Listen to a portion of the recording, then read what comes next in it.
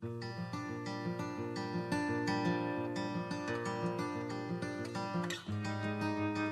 is May the 16th. Today we see the Passion Week, Friday through Sunday.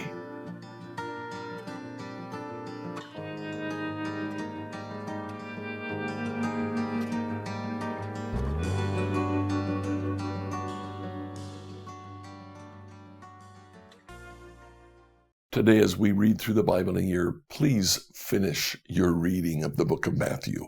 Matthew chapters 27 to 28. At the beginning of Matthew 27, Judas hangs himself. It leads me to believe that Judas thought that he was forcing Jesus' hand, forcing him to declare himself the Messiah when he was threatened with crucifixion. He didn't understand. He did not truly understand why Jesus came. So now he commits suicide. Jesus' trial takes place. After the trial, the decision is made to crucify him. They take him out immediately to crucify him. Jesus dies, and then he is buried in the borrowed tomb of Joseph of Arimathea. Joseph and Nicodemus prepared Jesus' body for burial. Saturday is the day of silence. Sunday is the resurrection. The women go to the tomb, hoping that the guards would open the tomb to allow them to bathe Jesus' body in fine perfumes. When they get there, they find the guards gone and the tomb opened. They see an angel standing there. The angel simply says, "Don't be afraid. I know you're looking for Jesus. He's not here." That is our story. We look for Jesus. We won't find him in a tomb because he's alive. He sends the disciples ahead of himself. John has about 2 chapters of post-resurrection appearances. Jesus simply talks about one.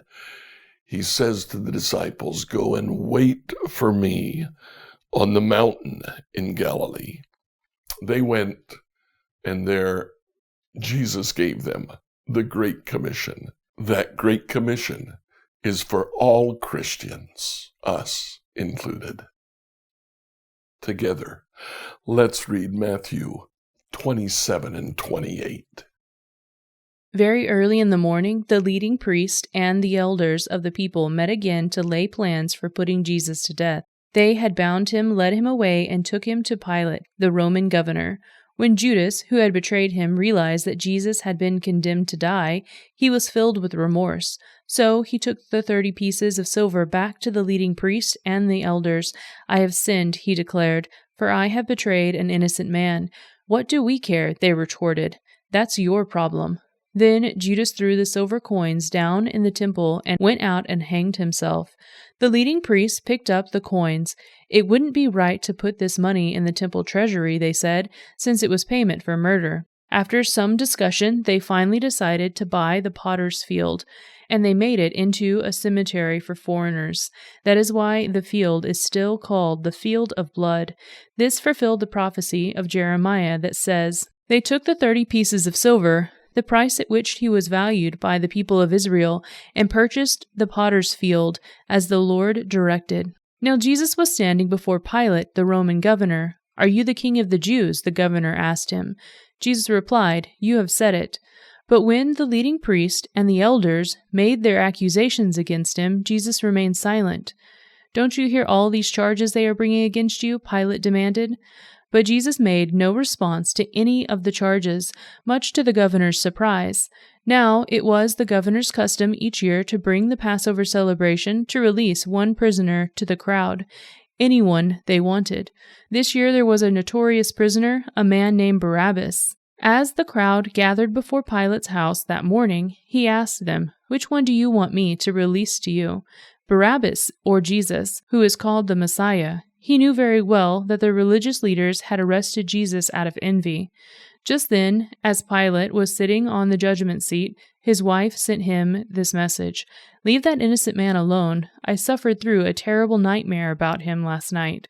Meanwhile, the leading priest and the elders persuaded the crowd to ask for Barabbas to be released and for Jesus to be put to death. So the governor asked again, "Which of these two do you want me to release to you?" The crowd shouted back, "Barabbas." Pilate responded, "Then what should I do with Jesus, who is called the Messiah?" They shouted back, "Crucify him." "Why?" Pilate demanded. "What crime has he committed?" Then the mob roared even louder, "Crucify him." Pilate saw that he wasn't getting anywhere and that a riot was developing. So he sent for a bowl of water and washed his hands before the crowd, saying, "I am innocent of this man's blood. The responsibility is yours."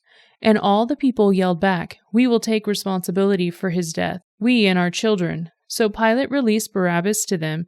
He ordered Jesus flogged with a lead-tipped whip, then turned him over to the Roman soldiers to be crucified. Some of the governor's soldiers took Jesus into their headquarters and called out the entire regiment. They stripped him and put a scarlet robe on him. They wove thorn branches into a crown and put it on his head, and they placed a reed stick in his right hand as a scepter. They knelt before him in mockery and taunted, "Hail, King of the Jews!" And they spit on him and grabbed the stick and struck him on the head with it. When they were finally tired of mocking him, they took off the robe and put his own clothes on him again. Then they led him away to be crucified. Along the way, they came across a man named Simon, who was from Cyrene, and the soldiers forced him to carry Jesus' cross. And they went out to a place called Golgotha, which means place of the skull. The soldiers gave Jesus wine mixed with bitter gall, but when he had tasted it, he refused to drink it. After they had nailed him to the cross, the soldiers gambled for his clothes by throwing dice. Then they sat around and kept guard as he hung there. A sign was fastened above Jesus' head, announcing the charge against him. It read, "This is Jesus, the King of the Jews." 2 revolutionaries were crucified with him, one on his right and one on his left. The people passing by shouted abuse, shaking their heads in mockery. "Look at you now," they yelled at him. "You said you were going to destroy the temple and rebuild it in 3 days. Well then, if you are the Son of God, save yourself and come down from the cross." The leading priests, teachers of religious law, and the elders also mocked Jesus. "He saved others," they scoffed, "but he can't save himself." "So he is the King of Israel, is he? Let him come down from the cross right now, and we will believe him. He trusted God, so let God rescue him now if he wants him. For he said, 'I am the Son of God.'" Even the revolutionaries who were crucified with him ridiculed him in the same way. At noon, darkness fell across the whole land until 3 o'clock.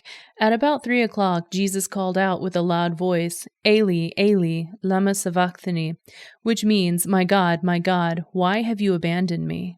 Some of the bystanders misunderstood and thought he was calling for the prophet Elijah. One of them ran and filled a sponge with sour wine, holding it up to him on a reed stick so he could drink.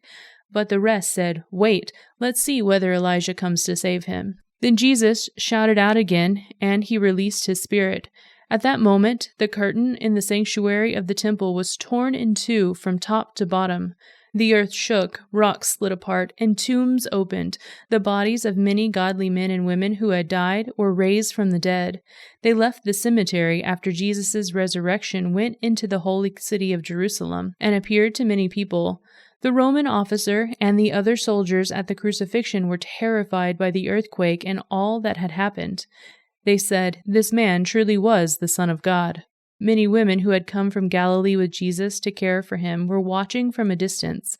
Among them were Mary Magdalene, Mary the mother of James and Joseph, and the mother of James and John, the sons of Zebedee. As evening approached, Joseph, a rich man from Arimathea, who had become a follower of Jesus, went to Pilate and asked for Jesus' body, and Pilate issued an order to release it to him. Joseph took the body and wrapped it in a long sheet of clean linen cloth, and he placed it in his own new tomb, which had been carved out of the rock. Then he rolled a great stone across the entrance and left. Both Mary Magdalene and the other Mary were sitting across from the tomb and watching. The next day, on the Sabbath, the leading priests and Pharisees went to see Pilate. They told him, "Sir, we remember what that deceiver once said while he was still alive. After 3 days I will raise from the dead. So we request that you seal the tomb until the 3rd day. This will prevent his disciples from coming and stealing his body and then telling everyone he was raised from the dead. If that happens, we will be worse off than we were at first." Pilate replied, "Take guards and secure it the best you can." So they sealed the tomb and posted guards to protect it. Early on Sunday morning, as the new day was dawning, Mary Magdalene and the other Mary went out to visit the tomb. Suddenly there was a great earthquake, for an angel of the Lord came down from heaven, rolling aside the stone, and sat on it. His face shone like lightning, and his clothing was as white as snow. The guards shook with fear when they saw him, and they fell into a dead faint. Then the angel spoke to the women. "Don't be afraid," he said. "I know you are looking for Jesus, who was crucified. He isn't here. He is risen from the dead, just as he said would happen. Come, see where his body was laying. And now, go quickly and tell his disciples that he has risen from the dead, and he is going ahead of you to Galilee. You will see him there. Remember what I have told you." The women ran quickly from the tomb. They were very frightened, but also filled with great joy, and they rushed to give the disciples the angel's message. As they went, Jesus met them and greeted them. And they ran to him, grasped his feet, and worshipped him. Then Jesus said to them, "Don't be afraid. Go tell my brothers to leave for Galilee, and they will see me there." As the women were on their way, some of the guards went into the city and told the leading priests what had happened. A meeting with the elders was called, and they decided to give the soldiers a large bribe. They told the soldiers, "You must say, 'Jesus' disciples came during the night while we were sleeping, and they stole his body. If the governor hears about it, we'll stand up for you so you won't get in trouble." So the guards accepted the bribe and said what they were told to say. Their story spread wildly among the Jews, and they still tell it today. Then the 11 disciples left for Galilee, going to the mountain where Jesus had told them to go. When they saw him, they worshipped him, but some of them doubted. Jesus came and told his disciples, "I have been given all authority in heaven and on earth. Therefore go and make disciples of all the nations, baptizing them in the name of the Father, the Son, and the Holy Spirit. Teach these disciples to obey all the commands I have given you. And be sure of this, I am with you always, even to the end of the age." Scripture reading from the New Living Translation by Emily Herrera. On Thursdays, New Hope Church releases its sermon from the previous week, just the sermon. You can find it on our YouTube channel, New Hope Church Greenwood IN, or look for it on our podcast, 888 Hope, on your favorite podcast app. Tomorrow, we'll return to the book of 1 Kings, where David dies.